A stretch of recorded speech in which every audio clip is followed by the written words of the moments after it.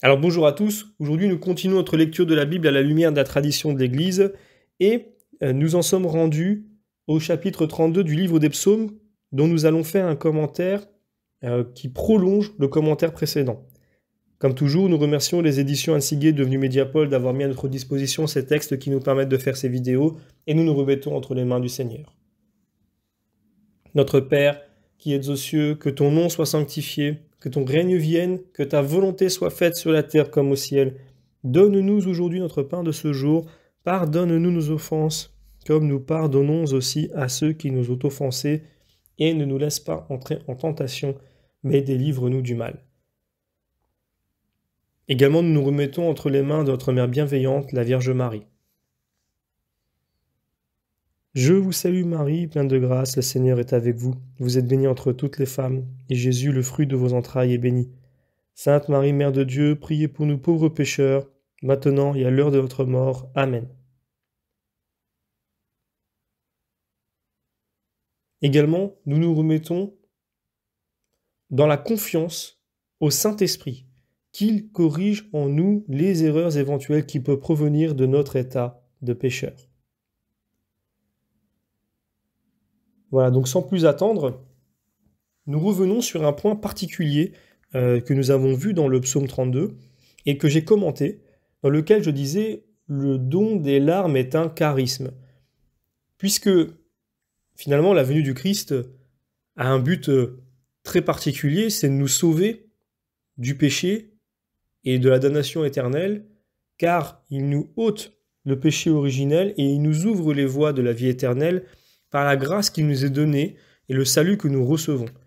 Donc aujourd'hui, si on devait vraiment restreindre complètement l'œuvre du Christ à une seule chose, c'est ça. Évidemment, il n'est pas venu que pour ça, il est aussi venu pour faire connaître le plan de Dieu aux hommes, qui est le Père, afin que nous entrions dans une relation d'amour, d'amitié avec Dieu, que nous comprenions finalement le dessein du salut.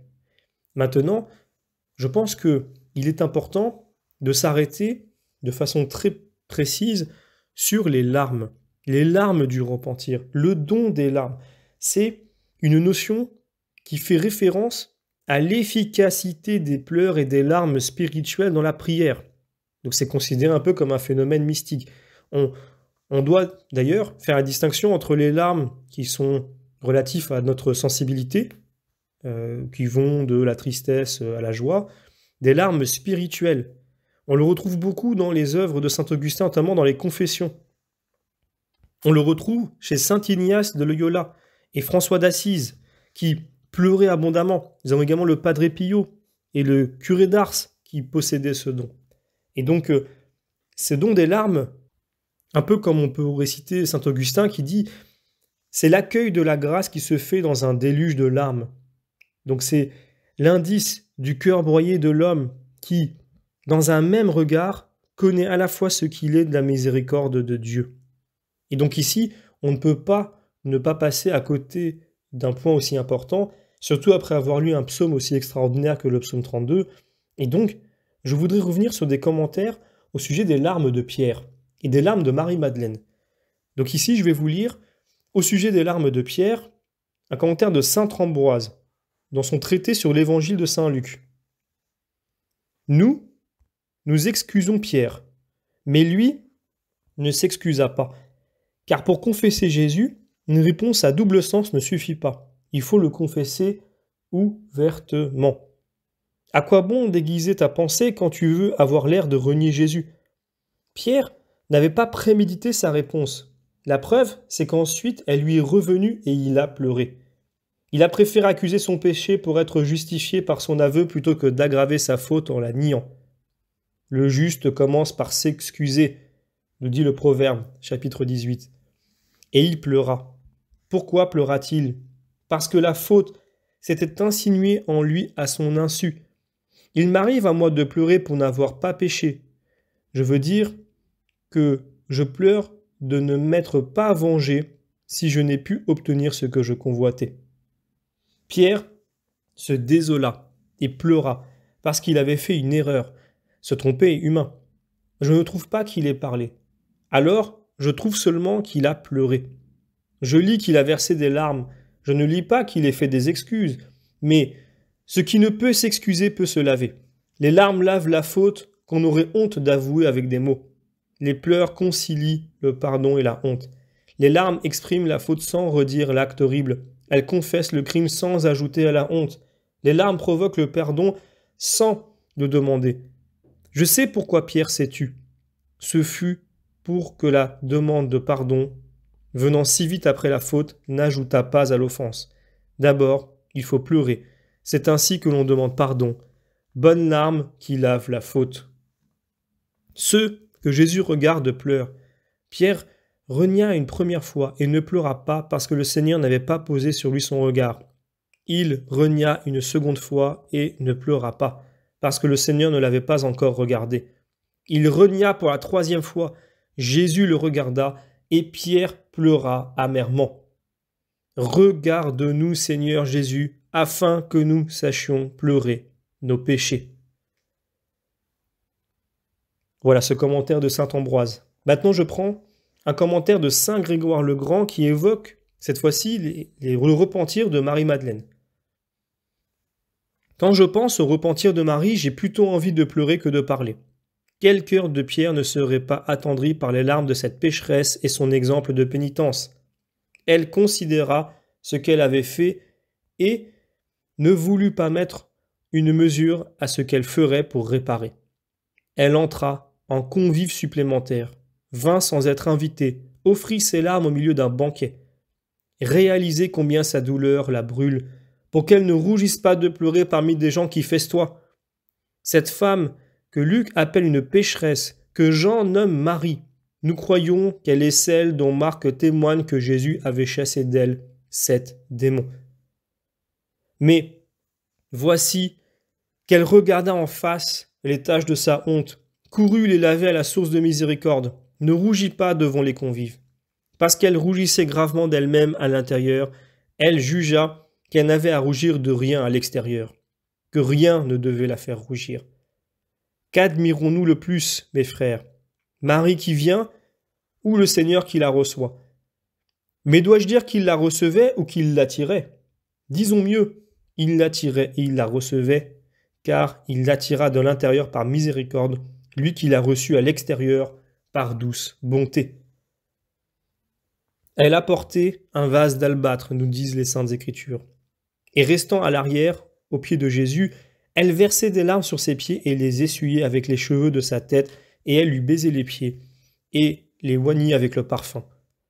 Auparavant, mes frères, cette femme s'était servie d'ongles pour parfumer sa chair dans des rencontres illicites.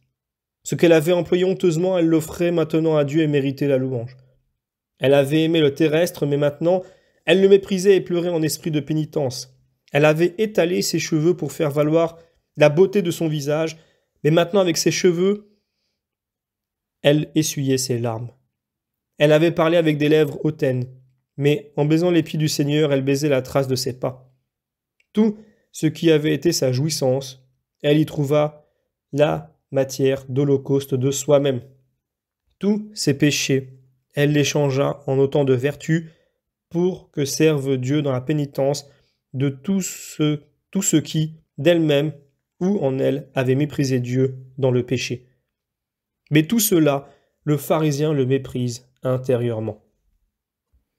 Et je terminerai avec ce commentaire de Dom de Latte, qui reprend, dans son commentaire sur la règle de saint Benoît, ces mots de saint Benoît, où il dit ceci.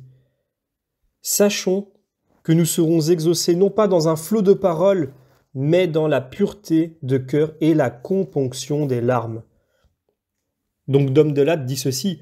« Nous ne prions en parole que pour nous affranchir un jour des paroles et adorer, louer, aimer en silence, la beauté qui ferme les lèvres. La prière a sa source dans le cœur, et il y a une prière du cœur qui ne s'emprisonne point dans des mots. Et cette prière est exaucée toujours, parce que c'est l'Esprit de Dieu même qui l'inspire et la formule en nous. Car que devons-nous demander et comment? Nous ne le savons pas, mais l'Esprit lui-même intercède pour nous d'en haut par des gémissements ineffables. D'ailleurs, ces componctions de larmes, c'est une expression empruntée à Cassien. Lui aussi parle souvent de la vraie pureté du cœur, de la prière pure. La componction, encore que l'imitation nous dise qu'il vaut mieux l'éprouver que la définir, c'est l'attendrissement intérieur qui crée en nous, à la lumière de la foi, le souvenir de nos fautes et la pensée des bienfaits de Dieu. Plusieurs fois dans la règle, notre bienheureux Père a reproché la prière et les larmes comme si les deux choses allaient naturellement l'une avec l'autre. Donc rapprocher la prière et non reprocher. Si un frère veut prier seul dans le secret, dit-il au chapitre 52, qu'il entre simplement et qu'il prie, non avec éclat de voix, mais avec des larmes et élan du cœur. Saint Benoît, nous le savons par Saint Grégoire, avait le don des larmes. Et ce qui intrigua un jour le bon Théoprobe, ce fut moins l'abondance et la durée des larmes de notre bienheureux Père que leur tristesse profonde. Le don des larmes est considéré comme le moindre de tous les dons charismatiques, mais il a ce mérite de ne porter pas à l'orgueil, celui aussi de ne laisser place à aucune distraction dans la prière. Il les noie toutes. Donc voilà, j'espère que vous avez apprécié ces commentaires, qui sont finalement simplement une extension de ce que nous avons dit dans le chapitre précédent, dans la vidéo précédente sur ce chapitre 32 du livre des psaumes. Je vous donne donc maintenant rendez-vous pour le psaume chapitre 33 et vous remercie pour votre fidélité.